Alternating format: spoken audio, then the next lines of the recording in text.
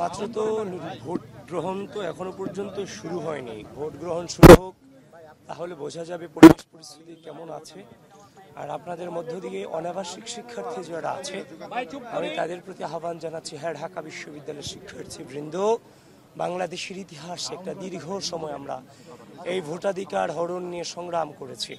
এই ঢাকা বিশ্ববিদ্যালয়ের মাটি থেকে বাংলাদেশের ইতিহাসে গণতন্ত্রের একটি দৃষ্টান্ত স্থাপন হতে যাচ্ছে আজকে। আপনারা কেউ ভোটাধিকার প্রয়োগ না করে বাসায় বসে থাকবেন না। আপনারা সকলে আসুন, ভোট কেন্দ্রে নিজেদের ভোটাধিকার প্রয়োগ করুন। আপনাদের প্রতি উদাত্ত আহ্বান জানাচ্ছি। আর তাছাড়া ভোট কেন্দ্র নিয়ে যদি বলা হয়, আমি মাত্রই আমার উদয়নে আমার নিজের ভোটাধিকার প্রয়োগ করবো। আমি উদয়ন উচ্চ মাধ্যমিক বিদ্যালয়ে, যার ফলশ্রুতিতে আমার এখানে আসা।